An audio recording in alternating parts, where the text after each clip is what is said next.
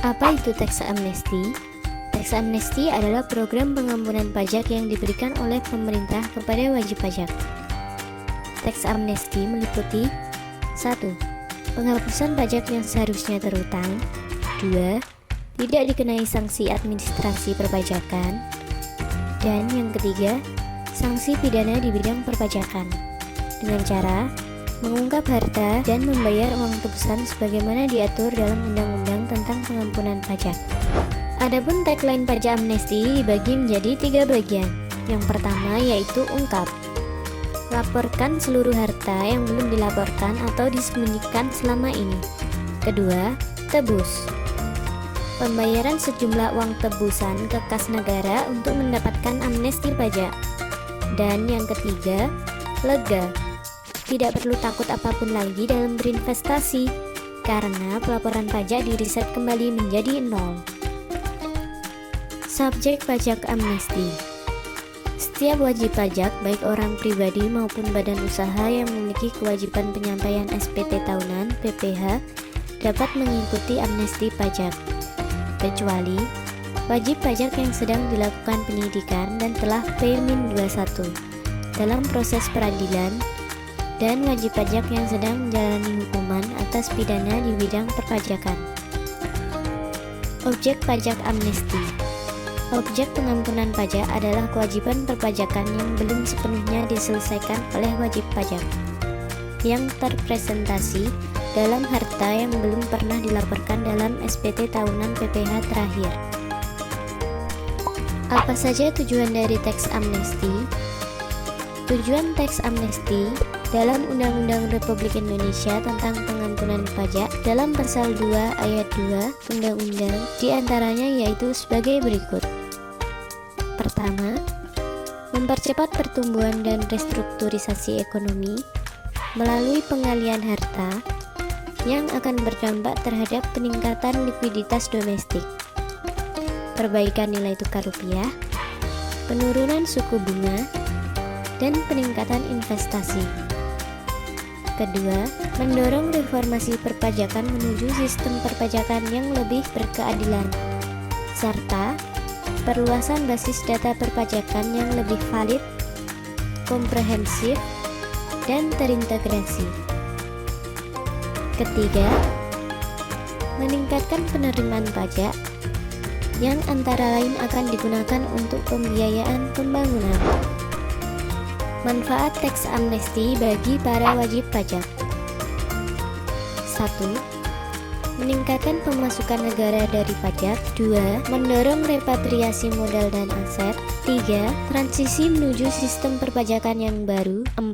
Meningkatkan kepatuhan membayar pajak. Siapakah pihak yang memanfaatkan kebijakan teks amnesti? Yang pertama, wajib pajak orang pribadi.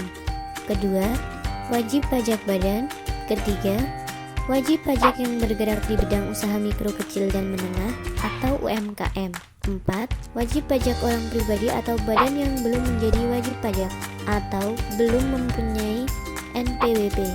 Lalu, siapakah pihak yang tidak boleh mengikuti kebijakan teks amnesti? Yang pertama, wajib pajak yang sedang dilakukan penyidikan dan bekas penyidikannya telah dinyatakan lengkap oleh kejaksaan. Kedua, wajib pajak yang sedang dalam masa peradilan. Ketiga, wajib pajak yang sedang menjalani hukuman pidana atas tindak pidana di bidang perpajakan. Kapan berlakunya sistem teks amnesti di Indonesia? Teks amnesti di Indonesia dilakukan melalui 3 periode. Periode pertama, teks amnesti berlangsung dari 28 Juni 2016 sampai 30 September 2016. Dilanjutkan periode kedua yang mulai dari 1 Oktober 2016 sampai 31 Desember 2016. Periode ketiga dan terakhir dari kebijakan ini berlangsung pada 1 Januari 2017 sampai 31 Maret 2017. Repatriasi adalah dana yang kembali ke Indonesia dan diinvestasikan di dalam negeri. Terdapat dana 12,6 triliun yang merupakan dana repatriasi teks amnesti yang masuk ke Indonesia pada periode pertama, yakni Juni sampai September 2016. Oleh karena itu, sejak awal Oktober 2019, dana itu bisa pergi kemana saja, karena sudah mematuhi kewajiban berada di Indonesia selama 3 tahun. Total dana repatriasi teks amnesti 2016 sampai 2017 mencapai 146 triliun, yang artinya masih ada 133,4 triliun dana repatriasi yang wajib berada di Indonesia. Pemerintah memberikan beberapa kemudahan kepada wajib pajak yang ingin mengikuti program teks amnesti. Kemudahan yang diberikan berupa tarif pajak yang rendah dan beberapa fasilitas seperti dihapuskannya sanksi administratif, ditiadakannya pemeriksaan pajak untuk penindakan dengan tujuan pidana, penghapusan segala pajak-pajak yang terutang, penghentian pemeriksaan pajak bagi yang sedang diperiksa, tidak dikenakannya PPh final untuk pengalihan harta berupa saham, bangunan, atau tanah. Selama pelaksanaan teks amnesti periode 1, tercatat jumlah harta yang dilaporkan mencapai lebih dari 3.500 triliun. Jumlah tersebut terdiri dari harta di dalam negeri dan luar negeri. Target pelaporan harta warga negara Indonesia dari luar negeri untuk dibawa ke dalam negeri adalah 1.000 triliun. Dan pelaporan aset sebesar 4.000 triliun. Sementara itu, dana yang ditebus dalam program teks amnesti hingga 30 September 2016 mencapai sekitar 92,99 triliun dari target 165 triliun. Contoh penghitungan teks amnesti. Mr. Juppe hendak melaporkan hartanya untuk mengikuti amnesti pajak dengan rincian sebagai berikut. 1. Mobil senilai 300 juta. 2. Rumah senilai 500 juta. 3. Hutang FIF senilai 200 juta. 4. Hutang di Bank BRI senilai 500 juta. Hitung berapa jumlah tambahan hartanya. Jawabannya adalah jumlah harta 300 juta ditambah 500 juta. Jadi hasilnya adalah 800 juta. Jumlah utang adalah sebesar 150 juta. Dengan rincian, karena Mr. Juppe adalah orang pribadi, maka maksimal utang yang boleh dibebankan adalah sebesar 50% dari nilai harta, atau sama dengan 50% dari 300 juta, yaitu adalah 150 juta dari seluruh utang di FIF sebesar 200 juta. Hanya sebesar 150 juta yang boleh dibebankan sebagai pengurang. Kedua, hutang di BRI tidak dapat diakui karena Mr. Juppe tidak dapat memberikan bukti koneksi antara hutang BRI dengan harta. Apa itu tax haven? Tax haven itu sendiri adalah istilah yang menggambarkan suatu negara yang menjadi tempat berlindung bagi para wajib pajak, sehingga para wajib pajak ini dapat mengurangi bahkan menghindari kewajiban membayar pajaknya, atau biasa disebut sebagai surga bagi para pengemplang pajak.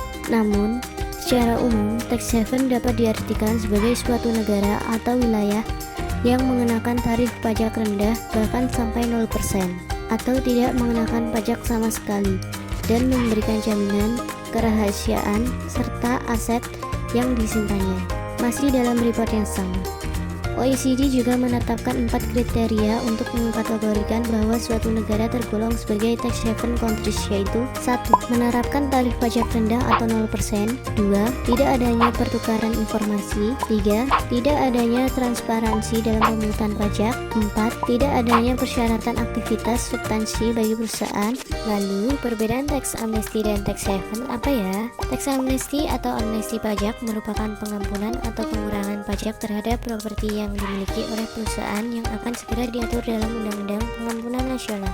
Sedangkan tax haven adalah sebutan bagi negara di dunia yang memberikan tarif pajak rendah bahkan sampai 0% demi menarik perusahaan-perusahaan asing untuk menyimpan uangnya di negara tersebut dan memberikan jaminan kerahasiaan atas aset yang disimpan. Kasus PT Asuransi Jiwasraya. Joni menjelaskan, sebagai wajib pajak yang kerja di Indonesia, warga negara Indonesia dan warga negara asing sama-sama harus melaporkan aset. Ada 2 alternatif, 1 lapor atau 2 repatriasi ke Indonesia. Jadi saya ikut repatriasi, ujarnya di kantor Kementerian Keuangan, Jakarta, Kamis 6 Februari 2020.